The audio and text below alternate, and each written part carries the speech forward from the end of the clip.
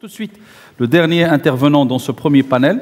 Je rappelle que tout à l'heure, on fera une séance débat. Donc, messieurs les intervenants, ne quittez pas la salle. Tout à l'heure, vous serez amenés à discuter avec la salle dans le cadre de la séquence débat. Donc, j'appelle Si Mu'tasim Charri, si vous voulez bien vous joindre à nous, sous vos applaudissements.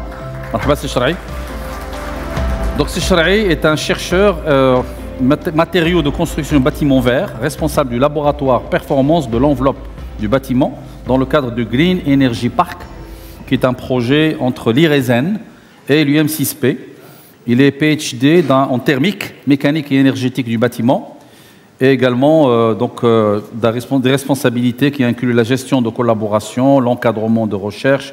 Il travaille aussi sur des projets en partenariat avec l'OCP et d'autres acteurs. L'essentiel, c'est de contribuer activement à l'essor des écomatériaux pour l'éco-construction et aux stratégies d'optimisation des performances du bâti, avec pour ambition d'accélérer la transition écologique du secteur du bâtiment en intégrant des solutions innovantes et des approches durables. C'est Mu'tasim, laquelle kalima. Tfaddal. Merci.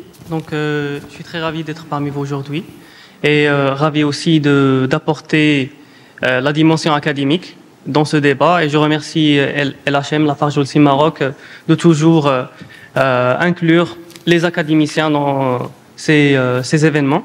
Donc, dans cette présentation, je vais essayer de vous donner une idée sur nos travaux de recherche, surtout au Maroc. Et je vais me concentrer sur la partie isolation thermique, parce que c'est la partie intéressante dans la réglementation thermique au Maroc.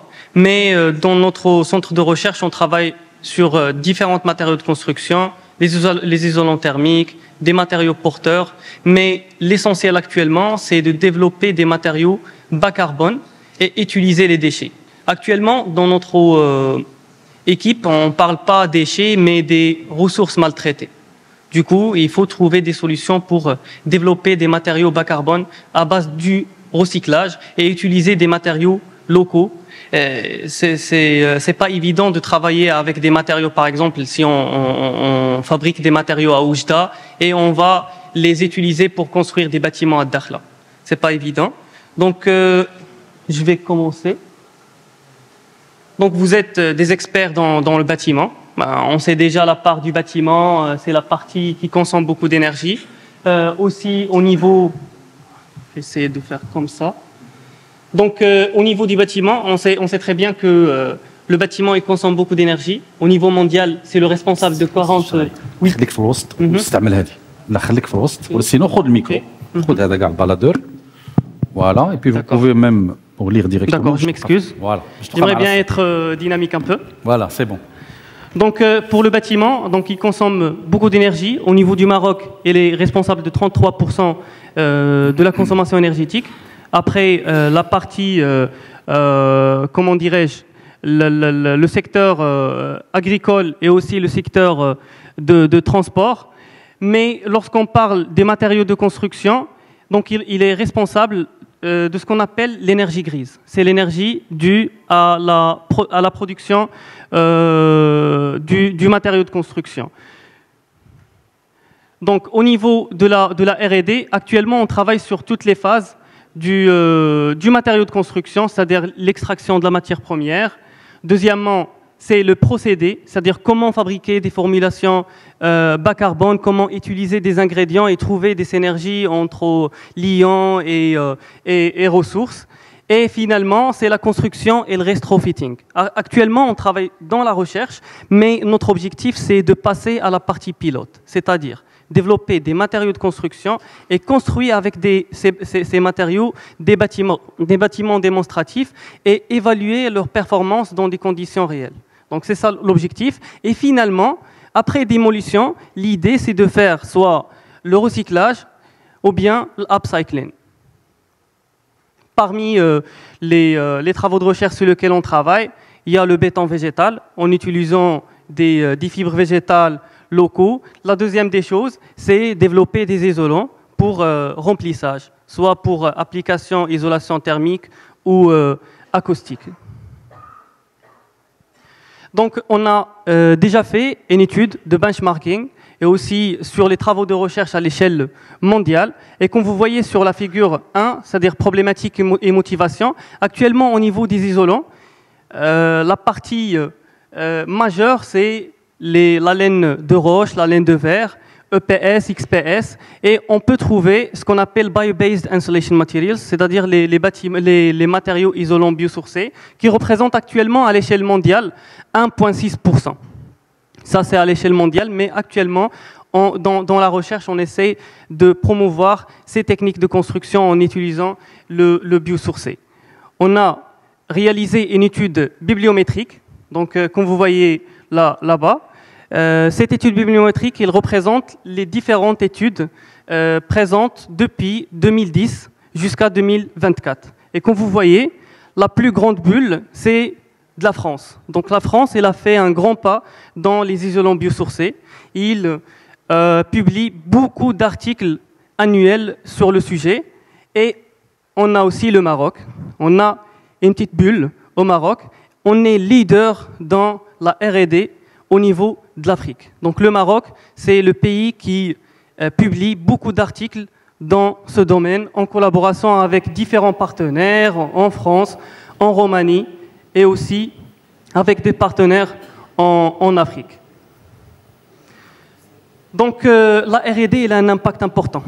Comme vous voyez, la France, elle a publié beaucoup d'articles, mais sur le marché, comme vous voyez, en 2020, la partie des isolants, il représente 10% dans le marché. C'est-à-dire les isolants biosourcés représentent 10% dans le marché des isolants.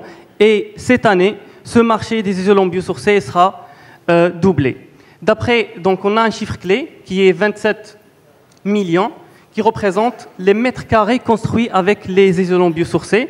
Et ça montre l'impact des isolants biosourcés, surtout lorsqu'on parle écologie, etc.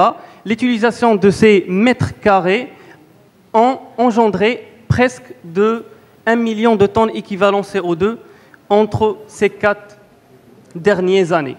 Au niveau du Maroc, on n'a pas le chanvre industriel, on n'a pas des filières bien développées en France, mais on a des gisements très intéressants dans plusieurs régions. Par exemple, lorsqu'on parle de la région orientale, on a une fibre très très intéressante qui est la fibre Hilfa, par exemple. Et on a développé pas mal de produits. On a développé des brevets aussi, ce qu'on appelle béton Hilfa. Mais le problème, c'est qu'on doit collaborer avec les prescripteurs bâtiments. C'est ça l'objectif, c'est collaborer avec les industriels, collaborer avec les prescripteurs, soit les architectes, les autorités publiques, pour donner vie à ce type de matériaux de construction.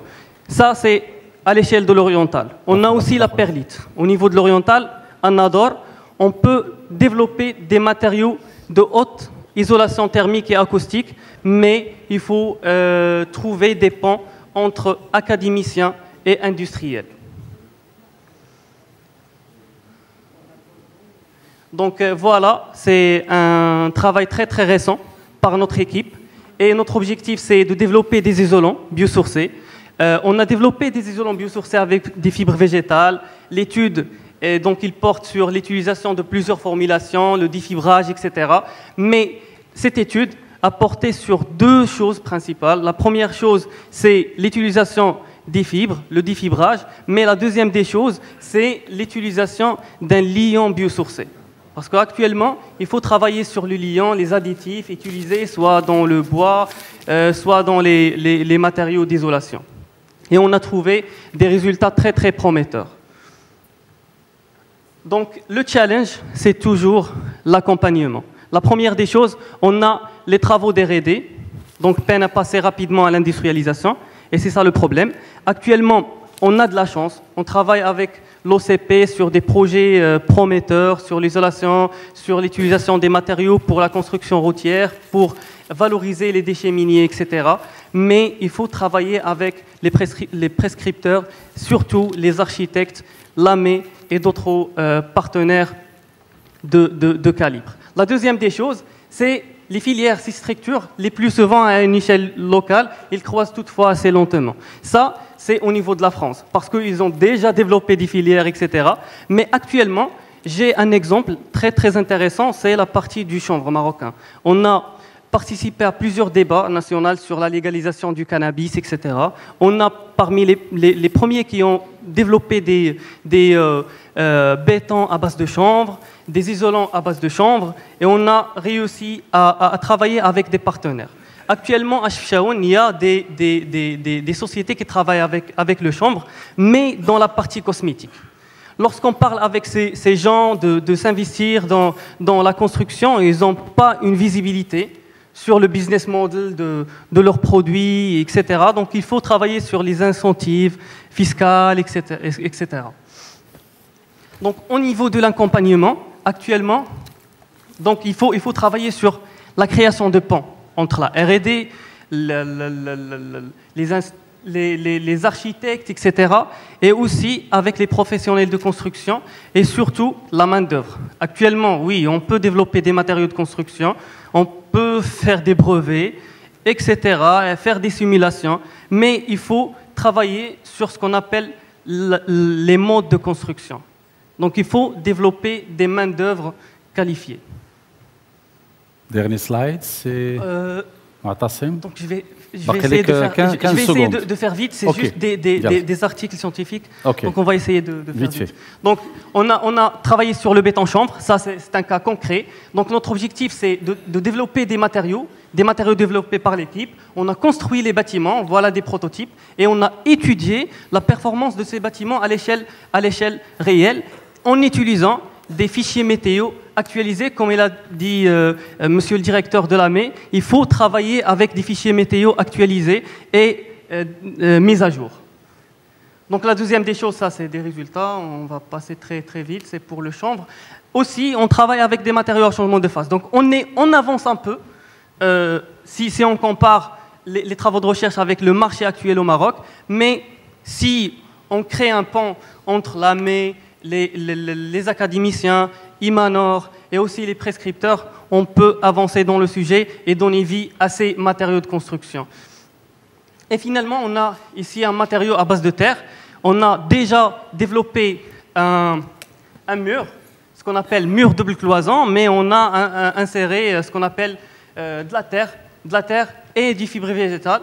Et on a trouvé que l'utilisation de ces matériaux, il permet d'améliorer l'énergie thermique, mais aussi un compromis entre chauffage et climatisation et améliorer la satisfaction des occupants.